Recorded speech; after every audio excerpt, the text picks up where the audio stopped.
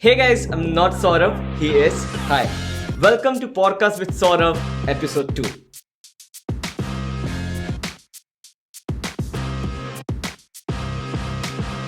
Anyways, people don't remember episode 1. That was about a year ago. Editor, will you please cut this part? In case you think I'm the same person, I'm not. We are actually 3 different Saurabh from the multiverse.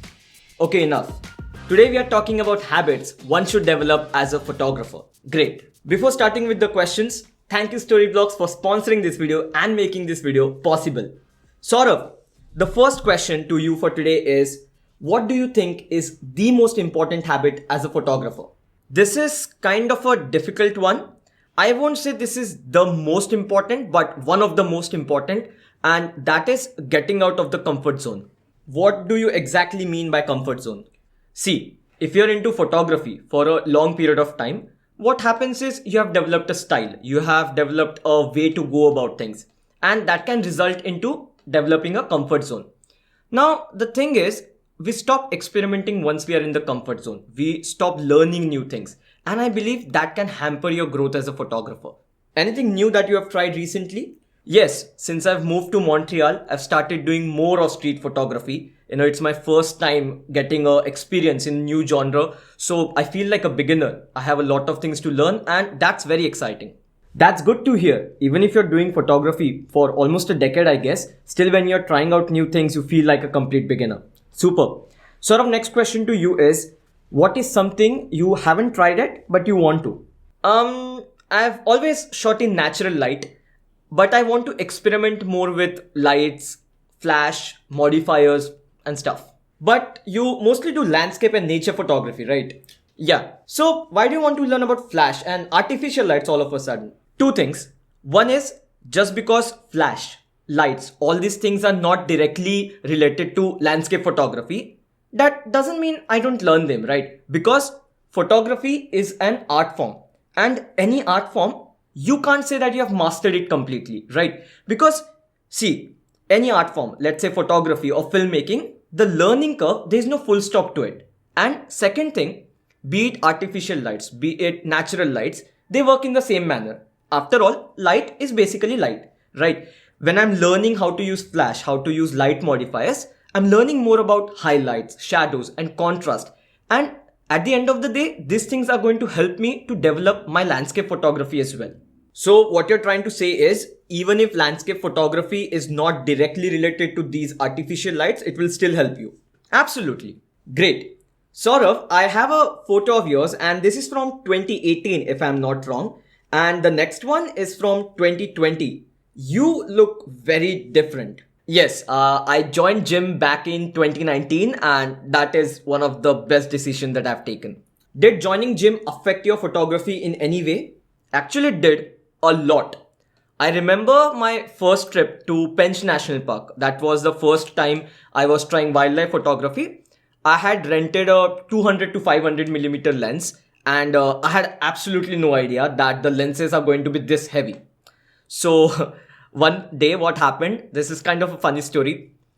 We all were shooting a particular moment. I don't remember exactly what it is.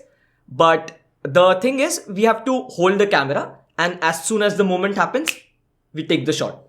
Everyone was able to hold the camera for longer period of time. They got the shot, but I just took my camera down before the shot and I missed it.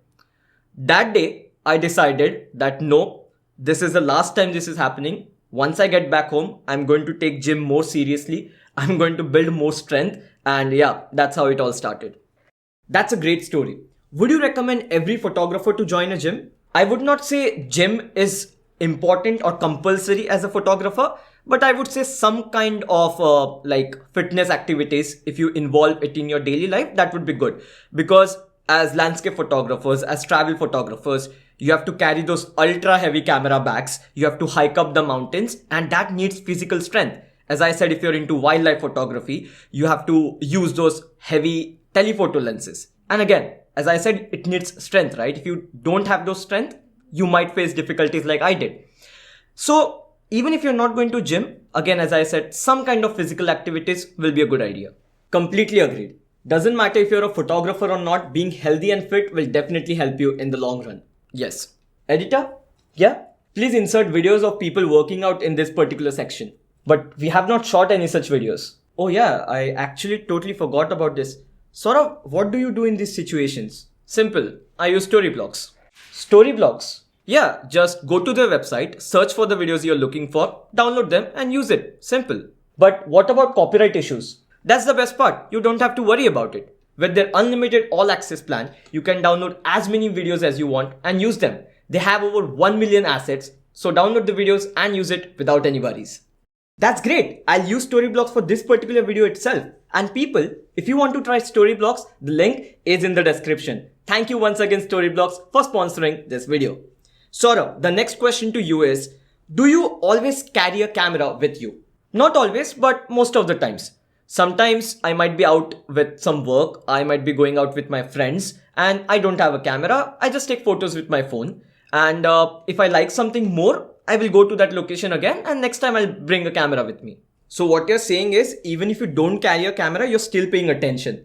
Yes, very important. Working on observation skills is one of the most important habit that every photographer should develop. What I've started doing recently, as I said, I have started doing street photography. Just go out, take your camera, take your lens and start shooting. What happens is, because the street is packed with action, you're changing the camera settings regularly, you're experimenting with stuffs, and the point is not about getting a good photo, right? I go out 7 days in a week, maybe I don't get a good photo, but that's not the point. The point is, every time I go out, I'm learning something, and that's what matters. That's a very good answer. Like, doesn't matter what you're shooting, just because you're doing it repeatedly, you're still learning something from every experience, and that is something I feel all the beginners should do as well. Sort of, when you go out for shooting, do you carry all the camera gear with you? The thing is, I had a bad habit of carrying all the cameras, all the lenses with me. And even if I go to gym, my back still hurts. I might sound like I'm a 70-year-old person, but that's the truth. So I started packing a bit light. Like I just carry one single camera body and 2 or 3 lenses. But if I'm going on a trip with the sole purpose of photography, then I will be obviously carrying all my camera gear. I can actually relate to you about the backpin part, to be honest. What are the 2 lenses you always carry with you? I know that I said that I try to pack light, and I do. But the first lens is 70-200 2.8. I've used it a couple of times. That's not a lightweight lens. Yes, but it's very versatile. See, it's a heavy lens, I agree. But it's able to replace multiple prime lenses, right? Because you're getting focal length from 70 all the way to 200. And because of 2.8, you're getting that cinematic look. Photos and videos coming out are very sharp. So I absolutely love the quality of that particular lens. The second lens, however, is a very lightweight lens. That's the 1424 2.8 ultra wide angle lens. Again, very lightweight, but very sharp at the same time. So one heavy lens, one lightweight lens, maybe like they kind of compensate for each other. Interesting choice of lenses. Just with 2 lenses, you're covering a lot of focal length. Super. Sort of next question. What is one habit you haven't developed quite yet, but you want to work more on it? Sacrificing sleep. As a landscape photographer, I believe that I should be able to sacrifice my sleep. I don't remember the last time I went out to capture a sunrise, and I'm not happy about it. I'm very lazy and I do want to work on that. And like suppose you're into travel photography, I would always recommend get up early in the morning. If you want to go to a location and you're expecting a lot of photographers there, going early will definitely give you the best spot to capture the image and you don't have to sacrifice your composition. Right. And even for shooting astro, you have to be awake the whole night, right? Yes, anytime my group used to plan for astro, well in advance I used to know that, so I used to sleep in the afternoon already. But like, even if I don't sleep, astrophotography is so exciting in itself, I don't feel sleepy. That's good to hear. Saurabh, I have your Instagram open here and I can see a lot of different images. Earlier you used to only post landscape, but now you post architecture and you said you do a lot of street photography as well. Don't you like to maintain a particular theme for your Instagram page? No. Why not? The reason being, I don't consider myself as an Instagrammer. I consider myself as a photographer first. I enjoy every type of photography. I'm open to learn new things, try new things. I see something I like, I capture it, I post it on social media. That's it. Very simple. And to be honest, I'm not against people who are trying to maintain a particular theme. A lot of professional photographers do that. And that's a very good way to get clients. That's a very good way to generate social media engagement. But that's not my concern personally. Personally, I feel like I'm a photographer, and if you go to my account, you will see everything that I've captured, right? I'm there to express my love for the art, and that's about it.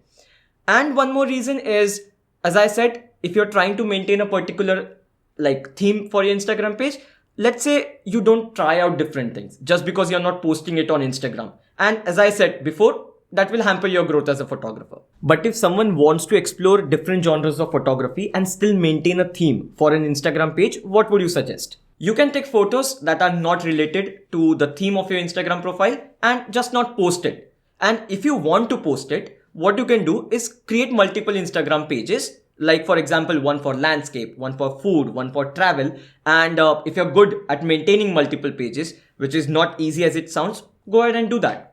Right, that's a good advice. While we're talking about Instagram, do you think after the introduction of Reels, Instagram is not quite the same for photographers? That's actually a very good question. And unfortunately, yes, I do agree to it. Because after the introduction of Reels, the post that we post on Instagram have started getting less priority because of the new algorithm. And yes, a lot of photographers have got demotivated due to it. And I totally understand. It's very human to feel that. What I feel is we should not take social media that seriously, right? Because at the end of the day, you will get demotivated because today the trend is Reels. Tomorrow it's going to be something different. It's always going to change. If you always constantly think about it, what's going to happen is you will be frustrated with photography or any other art form. You will lose the interest, and again, it's going to hamper, it's going to make you mentally drained. I absolutely love this advice. This is something everyone should think about and stop pressurizing yourself too much. Exactly. Photography is not something that you should do only for likes and engagement. Yes, you have a social media business. Again, that matters. But what I'm trying to say is don't do it only for likes. Do it because you're enjoying it. And what happens is, one, you will be good at it, you will be better at it because you're enjoying it. And two, suppose I go out, I take photos, even if I don't get good results, I'm still happy because I'm enjoying doing it. Perfect. We sometimes pressurize ourselves too much, and that too because of unnecessary stuff. And we forget what is the reason that we're doing a particular thing. Sort of one last habit that's very important as a photographer. That would be not taking photos at all. What? I know it sounds weird, but honestly, I feel as a photographer also, we should take a break. Because we are a photographer, but we are a human being also. Right? A lot of times we are busy taking photos and we don't enjoy the moments. I remember one time, there was a beautiful sunset. I was out with my friends and I was missing my camera. But just because I didn't have my camera, I actually sat down with my friends. We gossiped, we had a cup of tea, we laughed, and those moments are irreplaceable. There will be sunsets again, I will be able to shoot, but I don't know when I will be able to spend time with them. So I feel, yes, you're interested in photography, that's a good thing. You're eager to capture good photos, that's a good thing. But sometimes as a human being, we should take break, relax, and enjoy life.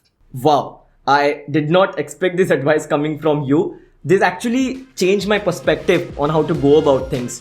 Thank you, Saurabh, for doing this. My pleasure. Hope this was helpful, and if it was, press the like button and subscribe to my channel. He will talk to you guys in the next one. Bye. Seriously? What now? I just had one dialogue in the whole video. I let you talk about story blocks, right? Wow, so kind of you. You really think people bought that whole multiverse thing? I would have. That's the reason I didn't let you speak. Go and edit the video.